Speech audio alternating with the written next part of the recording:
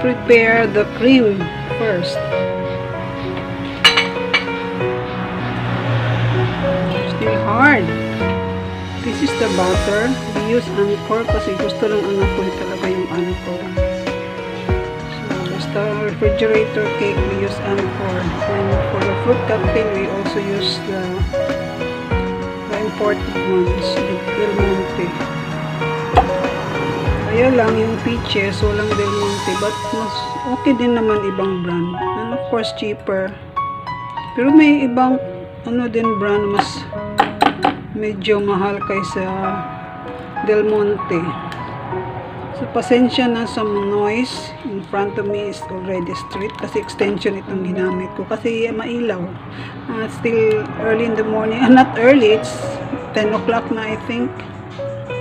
So, melt ko muna ito guys. Hindi pa pala na melt kasi it's kind of cloudy today. It's kind of cold. So, medyo panginapat ko sana. So, hindi pa nag-melt. I'll get back to you anyway. Check natin kung soft na. Still hard. My God. It's better than kanina pero kulang pa. Dapat soft para spreadable siya. After this, we will add the sugar. Meantime, let's prepare the eggs. We need to bain-marie it para safe. Kasi ang egg ngayon is no longer like before. Delicado. So, bain-marie natin. We'll put the eggs here and then put it on top parang double boiler. So, let's crack the egg.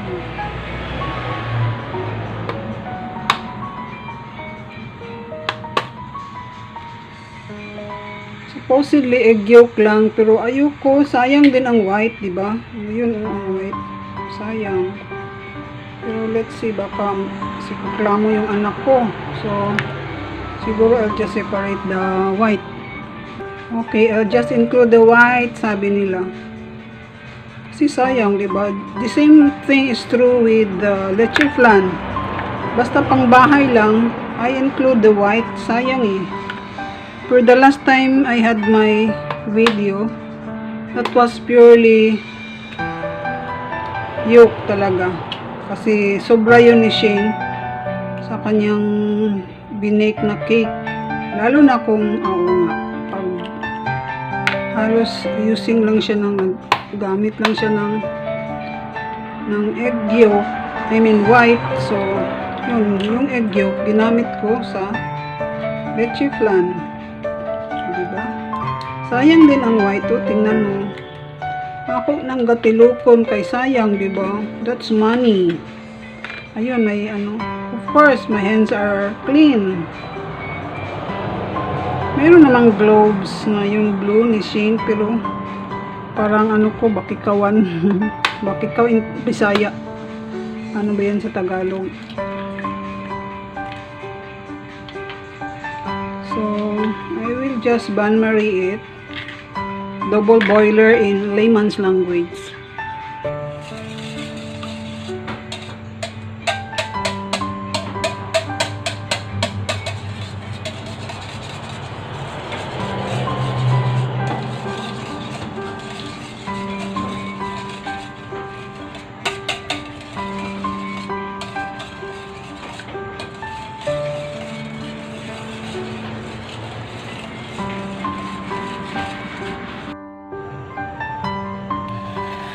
It's boiling, but just simmering talaga para hindi maluto yung egg.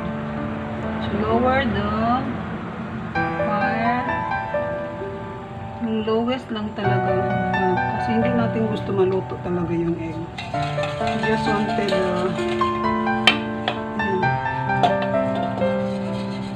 pag warm na yung milk, I mean egg, then okay na yun. It's no longer safe this time na diretso lang ilagay yung raw egg. So, i-fill natin later on. If warm na, then we can already add it to the butter and sugar mixture. So, ayun lang. Stir lang until mag-warm na yung milk. But not, egg, not necessarily cooking it.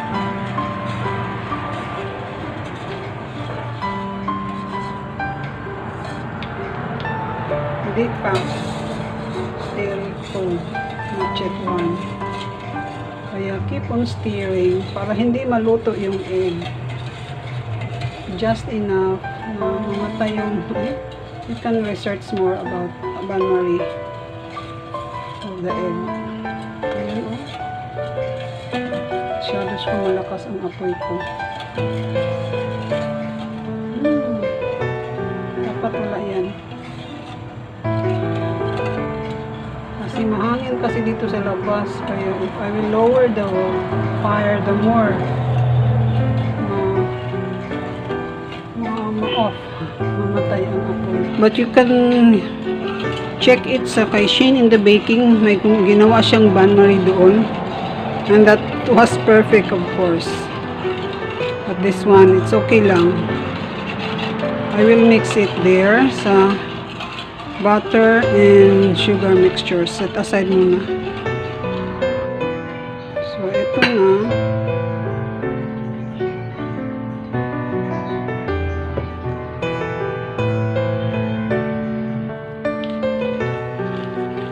Still not soft. Kasi mas gusto ko yung light and fluffy talaga.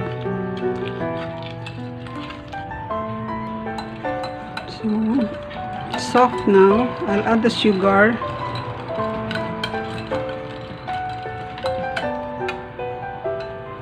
Pasensya lang kayo guys pag magluto kayo kung gusto nyo ng masarap.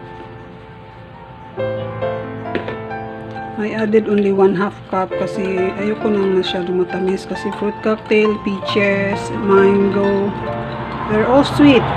So, ayoko nang maraming sugar. Just enough.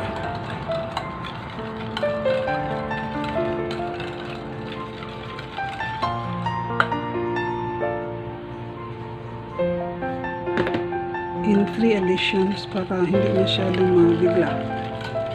Slowly keep on stirring until it's soft na. And creamy, of course. So, sensya na sa noise. Hindi naman siguro masyadong noise, diba? I mean, noisy. Shane is still baking. Kasi may humahabol pa ng orders eh. Hindi maiwasan, lalo na kung mga friends, mga regular customers, hindi maiwasan. So, another third.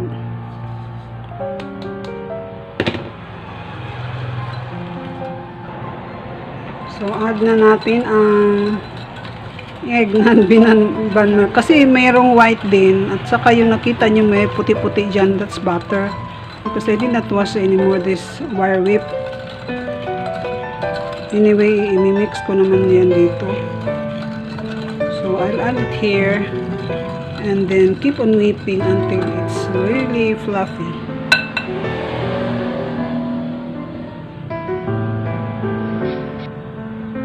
So, add ko na ang binanmari ko na egg. May nagputi-puti dyan. Some of them are the egg whites kasi I included the egg whites. Sayang din naman kasi. Diba? So, I'll keep stirring this until light and fluffy. You can mix the broas here directly.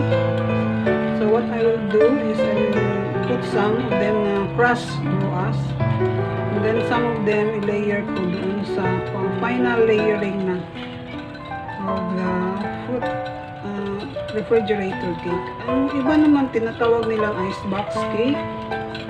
Depende na yun. Basta sa amin kasi galing ito sa sister ko yung nasa Cebu yung recipe. So, I'll get back to you. So, I I'll get back to you. I'll prepare muna the broas. Some of them I will crush. So I can mix it here before for finally layer. Hindi pala to light and fluffy kasi I put more eggs. Supposedly, dalawa lang. Gusto ko 4 na.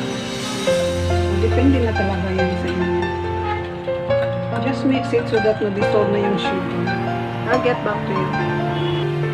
So, dito naman tayo ngayon sa broas. Here. Actually, Shin can make this. It's so very delicious. But, madali lang sa schedule. Let's open the broas. This is the first time we bought this kind of broas because we used to buy that one in a pack, in a plastic. Ito medyo mahal pero wala na kami nakita doon sa isang. Ayan o. It's so sarap. Okay, open this. Sorry, parang chicken like ang paggawa nito. We'll just not open it so wide. Tikman natin guys.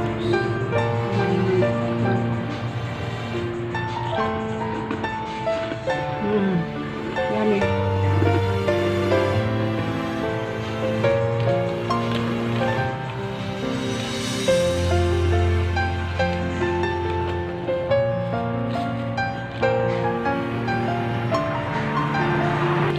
So, crush ko to. Then I'll mix it there sa egg mixture.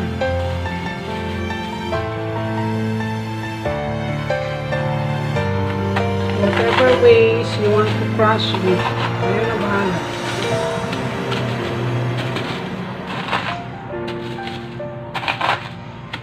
You can use rolling pin, bato, whatever. Basta ma-crush lang. Just so I can mix it with the egg mixture, butter, sugar, and egg mixture.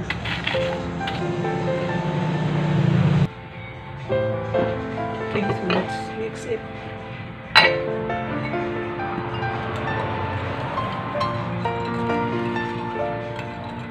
Nag-curdle na because it's cold, kind of cold today.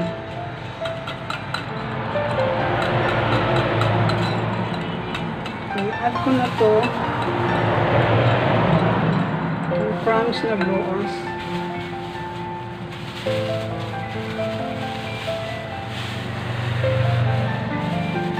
Estimate ko lang.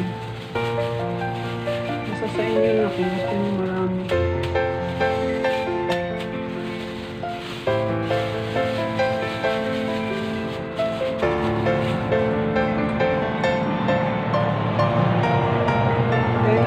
After this, I will set this aside and I will prepare the mango. I will slice ko into cubes. Saka yung peaches. Some of them are cubes, some of them are parang julienne. Let's see. So at least I can spread this na pag mag-layering na ako mamaya. Ayun na. Before I can put it into the freezer.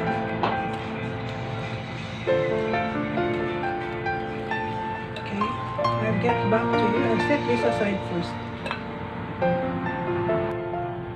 I'll slice them into cubes. So, yung buto, kainin.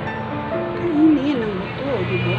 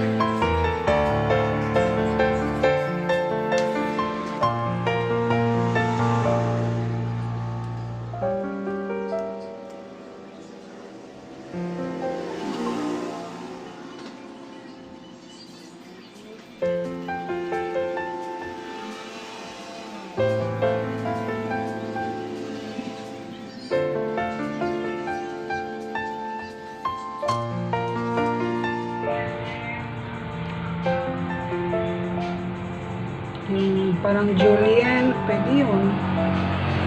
Meron naman yung mga may na boss, ganun, maliliit, pwede din yun. Depende naman yun sa inyo.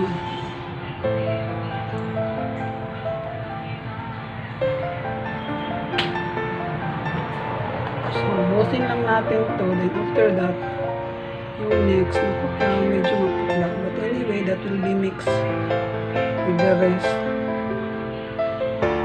Siguro yun sa lang yan into. After this, yung naman peaches ang slice ko. Gagawa ka ng bain-marie, gagawa ka ng cream. Parang kaapat na yung pag mag-arrange ka na. First is the cream mixture. Not really cream. Ano ba yun? Yung egg, butter, and sugar mixture. Sinali ko na. Sayang din, di ba? And then, the bain-marie, yung egg, before you mix it sa butter mixture. And then, ito, slicing of the fruits. And then finally, yung i-layer mo na dun sa container. So, if you're going to make it a negosyo, just make sure to really measure the ingredients before you compute at least 30% na profit mo, na net na ha, yung include mo na yung water, yung kuryente, tubig, siyempre, di ba? Yung effort mo. At saka yung, if you want to use the container na yun na talaga ang dadalhin ng customer kung gusto nyo ang negosyo. So if you want to really use this kind of ingredients, if I'm using, medyo talaga mahal. Pero sulit naman, di ba? Kasi masarap. Okay. Using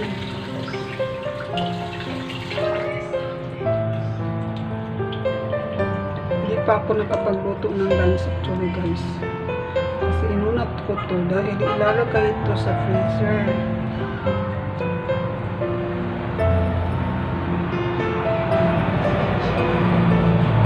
So next na is the peaches. Yan, ready na yung mango.